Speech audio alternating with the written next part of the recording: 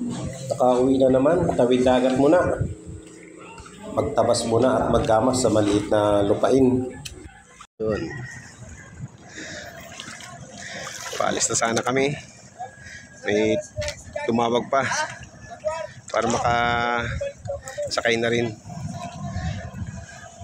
Sayang din yan. Babayad din yan. Abot, dandahan. Abot po. Ano ito? May mababasag? Wala. Sige, targa.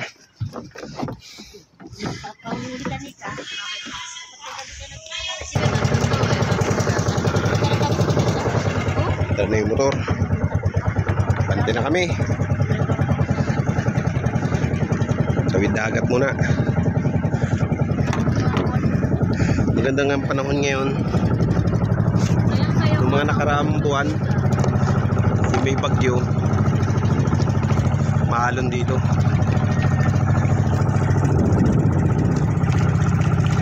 Ngayon kalmada. Kaya lang medyo ano siya ngayon, ibas. Kaya medyo malayo-layo yung lalakarin para makadating ng tabi. Dito lang ang ano rito, araw-araw na pamumuhay. Pagpupunta ng bayan, sasakay ng bangka para makarating ng bayan. Kasi yun pa yun doon sa amin. Yun pa yung barangay namin dito.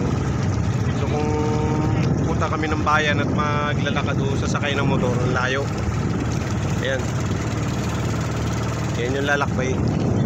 Samantalang kung sasakay ng bangka, katulad nito, wala dito sa isang barangay, pumunta doon sa barangay namin, pag nakasakay ng bangka, siguro mga pinakamatagal na 20 minutes pag maganda ang panahon.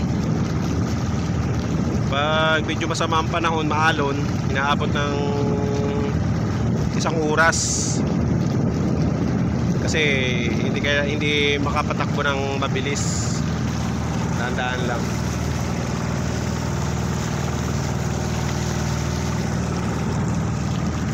Ganito lang rito, araw-araw na pamumuhay ng mga taga-isla. Kaming mga taga-isla. Ang pagsakay dito, pag wala kang sariling bangka, wala kang sariling service, magbabayad ka 20 pesos.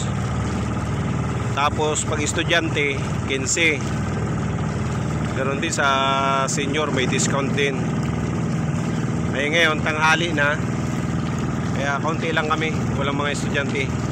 Mamayang hapon naman, pag uwi ng mga estudyante, alas 4, alas 5, halos puno-puno yung mga bangka, balik-balik. Kasi maraming estudyante na umuwi dyan sa barangay na yan. Dati noon, yung nandito pa ako dati sa barangay namin, ang pagsasakay ng bangka rito, libre. Magkikasakay ka lang, pag may luluwas, tatawid ng bayan, mag-aabang ka lang, pwede ka makisakay, libre. Nung time na parang naisip nung mga tao dito sa amin na pasayrohan na lang para magkaroon din ng trabaho yung mga o hanap buhay yung mga may bangka. Tapos ang nangyayari, parang pila din ng tricycle. Ganon. Pag nagka-tricycle ka, may pila. Dito, ganon din yung mga bangka na namamaserohan, may pila rin. Kaya maayos yung nila. Patakbo nung ng pamamasahero. Nung nakarang buwan na uwi ko rito, na may video ako na na-upload na nakasabay ko yung mga estudyante kasi umaga yon. Grabing sakripisyo ng mga estudyante, yung mga high school. Tapos yung mga college naman, nandun pa yung doon yung pumapasok sa kabilang bayan. So na sila doon, nagbo-boarding house. Weekly na sila kung umuwi pag walang pasok. Pag Sabado, ganun, umuwi sila.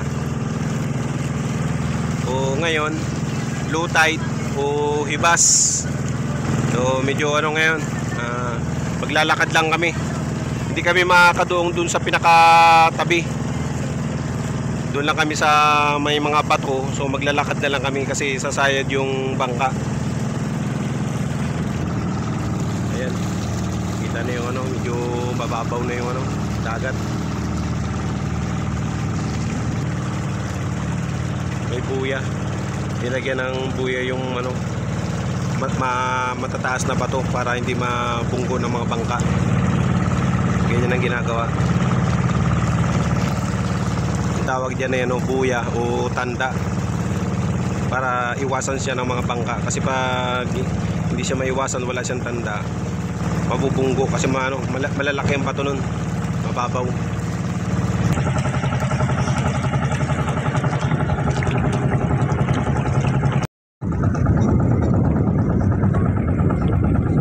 Na lang kami, kung ganyan na lang, maglalakad na lang kami papunta na sa tabi kasi sasayad na yung bangka. Sila lang yun. Sarap kasi yan.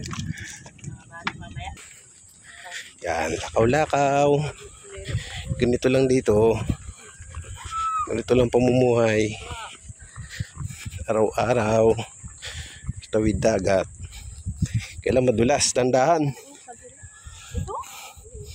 Dati maayos pa to. Nawasak lang ito ng alon. Yan, pag malakas ang panahon. Yan, pinasak ng ano yan, hampas ng alon. Yan, lalakarin yan hanggang doon pag ano, pag low tide.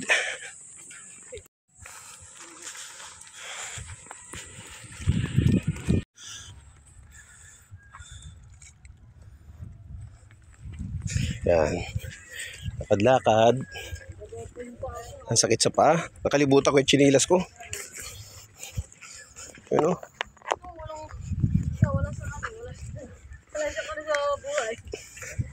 Betul lang ang ikot mo, ano? I-shortcutin mo na. Welcome to my vlog. Kaya na kaya dili. Pala ko ngayon ang